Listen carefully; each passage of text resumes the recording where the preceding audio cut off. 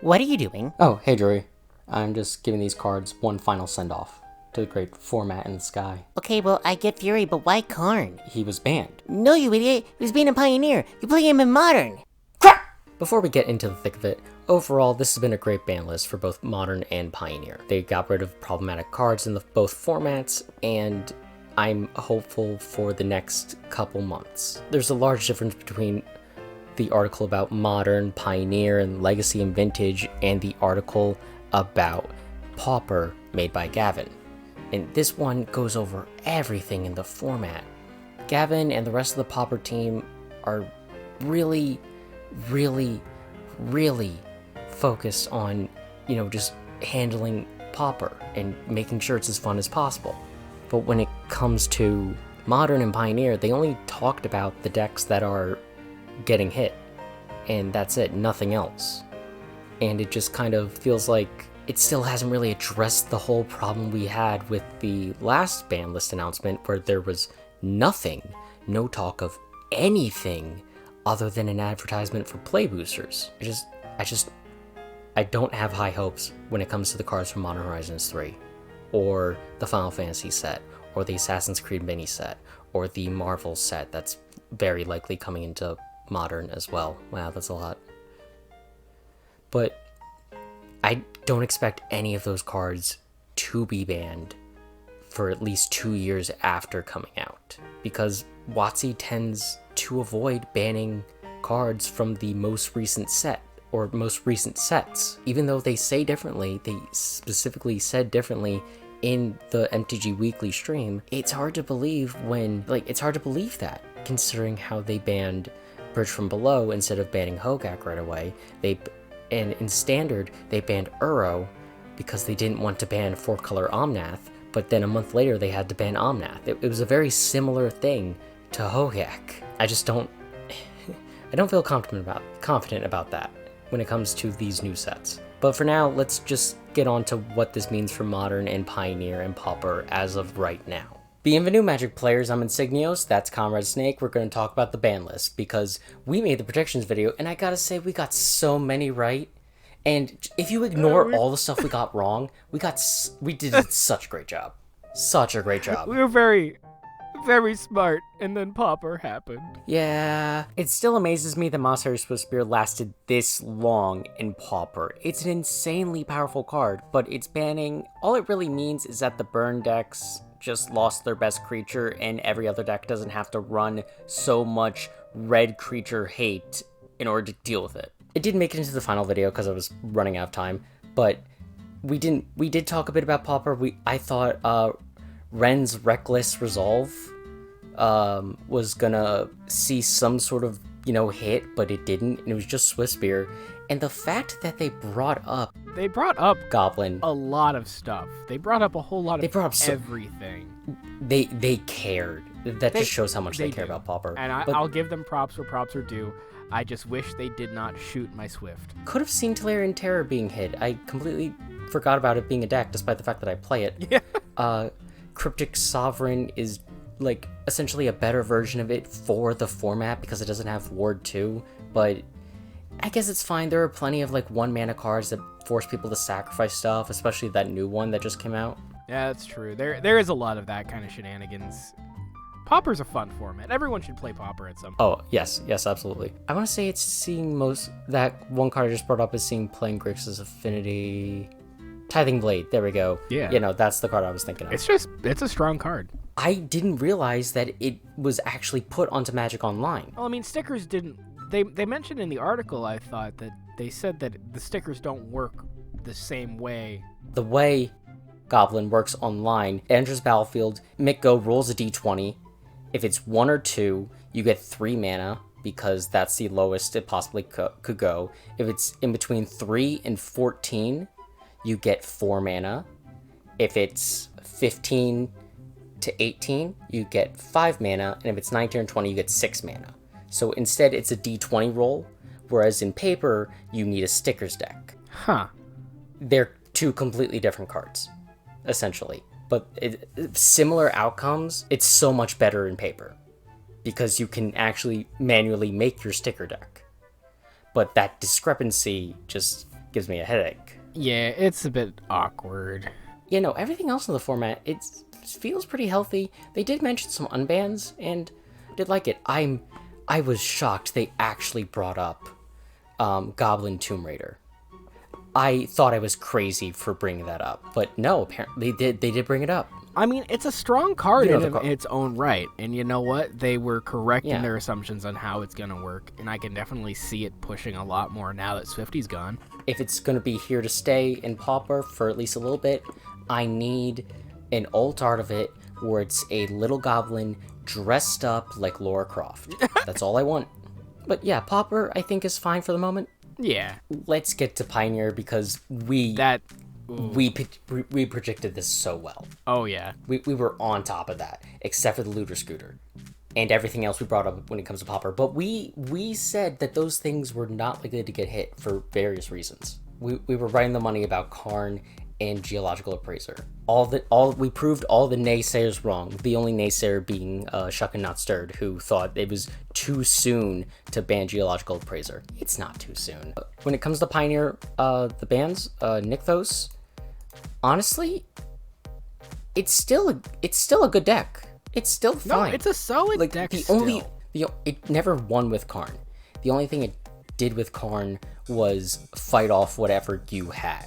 Yeah, Karn was just the bridge to make them not have to sideboard. Now they actually have to put some thought into their siding, Yes. which I'm all for. Yes. Make the Karn Yeah, players think again. Removing 4 copies of Karn the Great Creator, I'm not sure what to add though. That's my thing. Well, I mean, let's be honest. It's 4 slots. They'd probably What make do you do. think? Asika's Chariot? Yeah, 4 copies of Asika's Chariot? at least 3. Gets the job done? At least 3. It Yeah, still no, pushes. like 4 copies of Asika's Chariot, it gets the job done, and that just means they...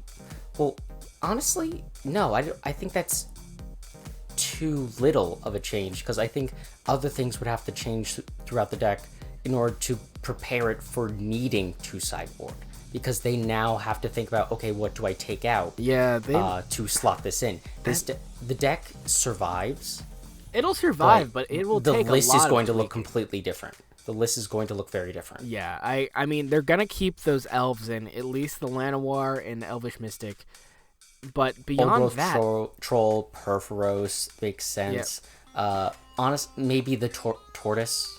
yeah, Tortoise can see it. The Cavalier of I could Thorns see- is just really good. Yeah, Cavalier of Thorns is really good. I could see Maybe the tortoise cut a coming few out of the and levelers, Karn but come out. keep the cityscape. That No, sideboard it's is a very interesting thing. I mean, I feel like the Cauldron is just gonna be dropped immediately. You know, I really can't think of what, like maybe another Pelucranos, but there's not much. I can't really think of what you would replace Karn with, but it would have to be something that could be easily sideboarded out to bring stuff in, because they now have to build a sideboard again. I was honestly hoping that Veil of Summer would be unbanned, so that way they knew what to do, or at least knew how to start. But these players, like, it's gonna take a while for someone to rebuild this deck, because it has to be rebuilt. Yeah, they're ground upping on this. Yeah, no, you have to start from the. You essentially have to start from the beginning. I love that we waffled but- from our it's gonna be fine to they gotta redo this whole thing. Yeah, no, because I was thinking, like, Karn only helped you against whatever opponent you had, but the fact of the matter is, now you actually have to sideboard, so that's going to be a completely different thing. Yeah, it's gonna be a horse apiece either way. When something so polarizing, like hell, the cover image is Karn on the goldfish thing. It's a testament to how much of a deal Karn was.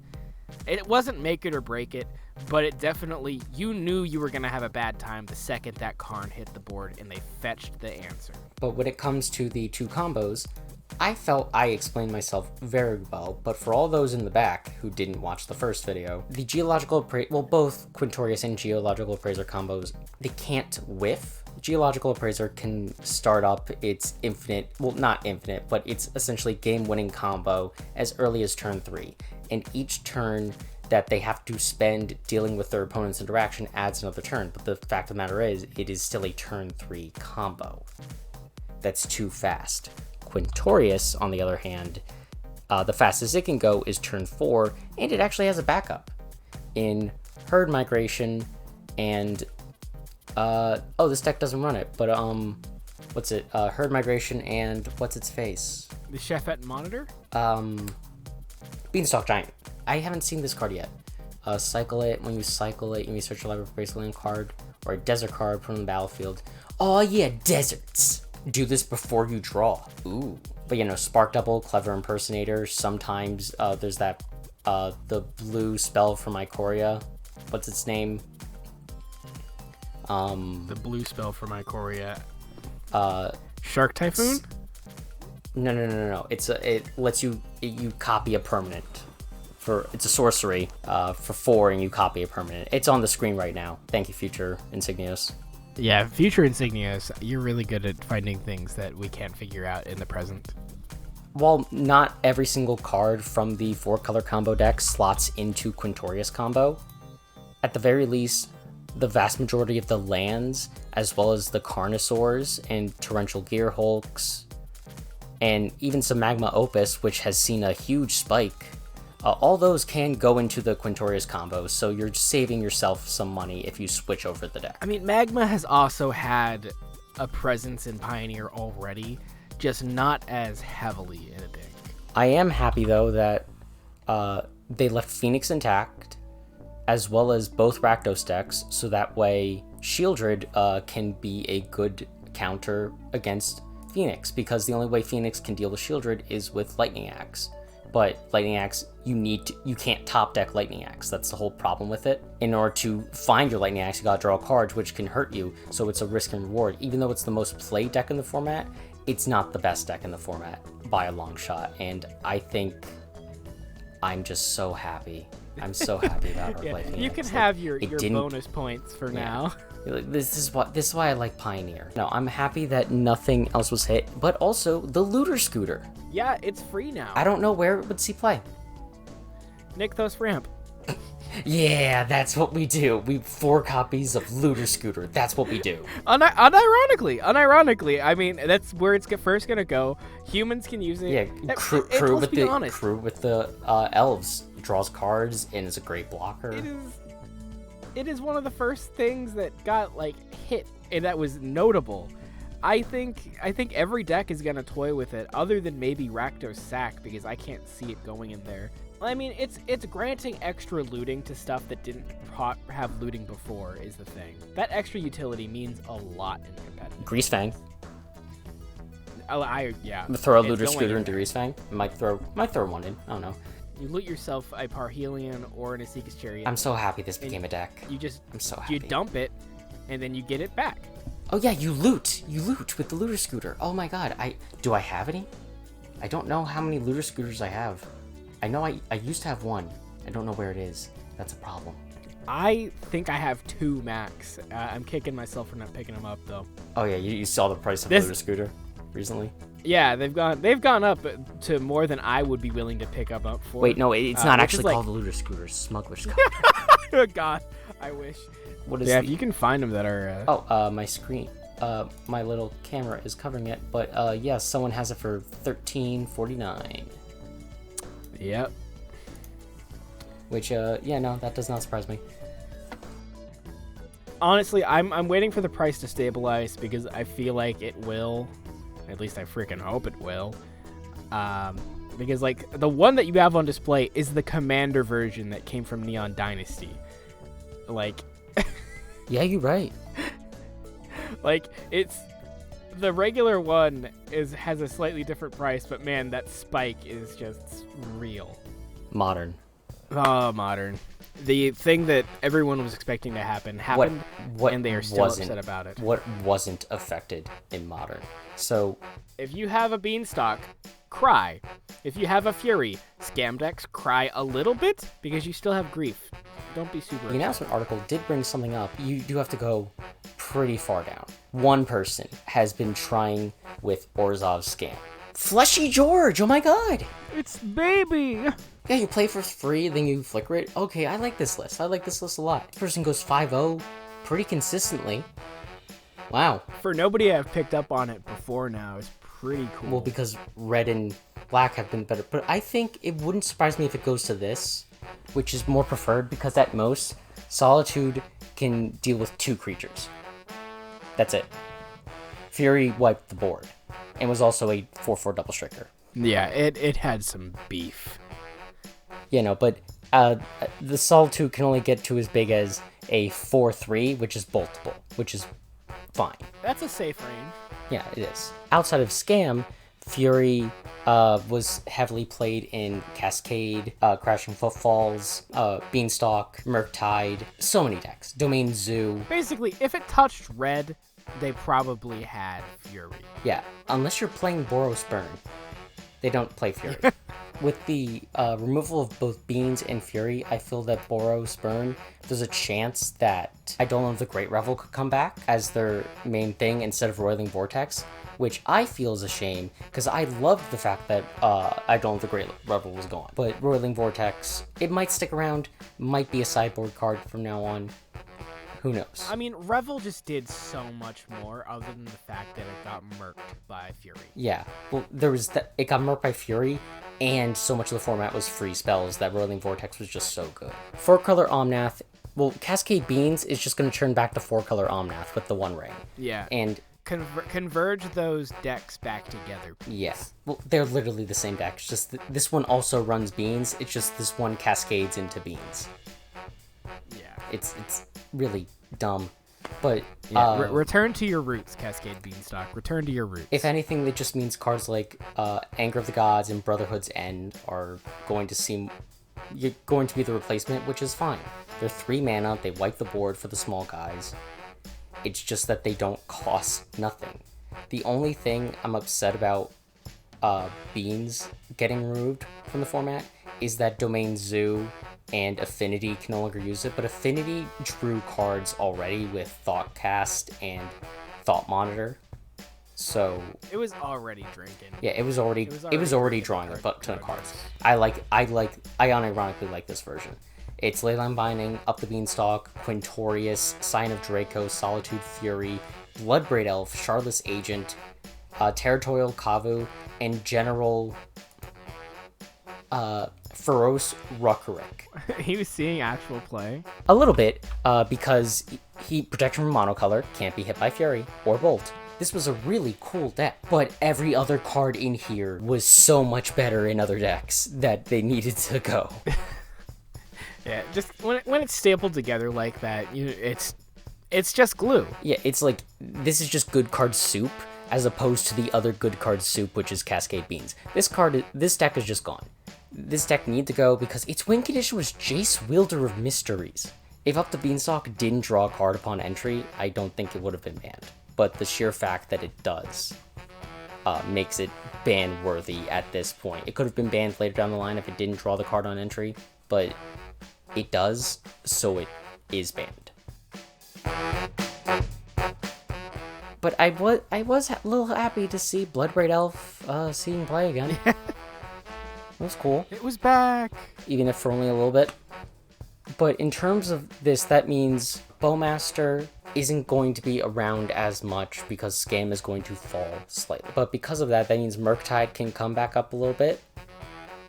And do you think, stuff like Amulet Titan and Tron haven't really been affected today? Other than the fact that Tron had a bad matchup against Scam if they got the turn 1 Scam combo, either of them. But Tron everything is a bit better now. Amulet Titan wasn't affected at all, and Hardened Scales was barely affected as well. No, I think the bans really just hit some of the top end stuff, and it's gonna give Tron its bad matchup is gonna be gone more or less until they find a suitable replacement. But then, like you said, Amulet Titan, Hardened Scales, they're still gonna be in the same position, I think. But stuff as well as Mono Black Coffers. Bowmaster still being here does present some little bit of a problem against creature-based decks, but at the very least, those decks can do stuff now. Yawgmoth has never had an issue. No, Yagi has always Is made Yawgmoth do. better now that Fury's gone? I mean, with Fairy Gun, yeah, it makes it a little bit safer to play. Bowmasters is still going to be an issue because you're going to end up drawing Yeah, a few because cards like off it's Yagi. a lot of setup. Yeah, It's a lot of setup it's an engine building deck for this thing. but without Fury Yeah. there to basically just nuke your board. The engine's a bit easier to build. Yeah, more protection, essentially. But it's also mostly the same deck. And it's also a case of the fact that Murktide didn't see as much play anymore. Like, Murktide is a good counter to Yawgmoth, I'd say. It is to a degree. Delighted Halfling definitely helps the deck stay a little safer against Murktide. But Crashing Footfalls ran Fury, and I don't feel... This isn't much of a hit for them. Hammer Time is better now.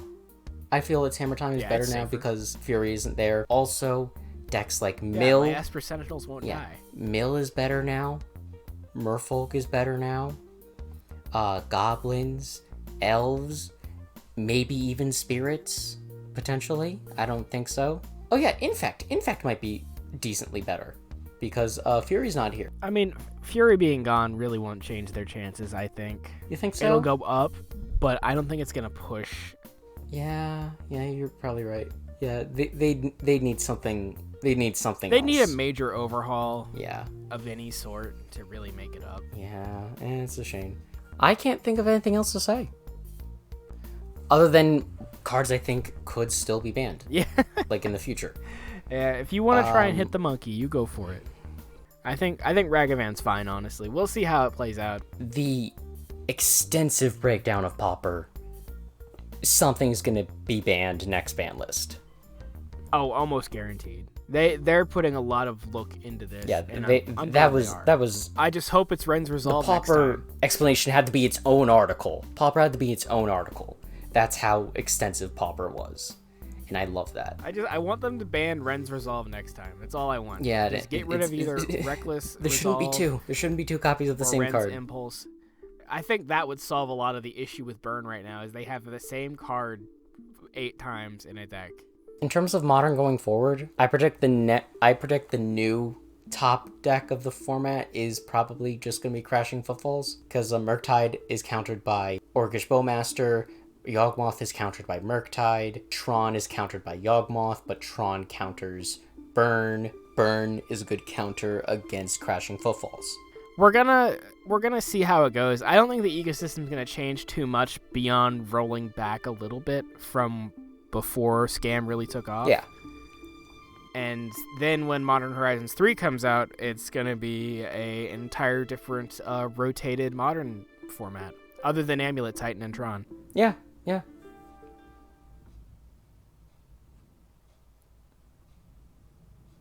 But Bye. yeah, Bye, everyone. yeah, that's all the thought I had on it.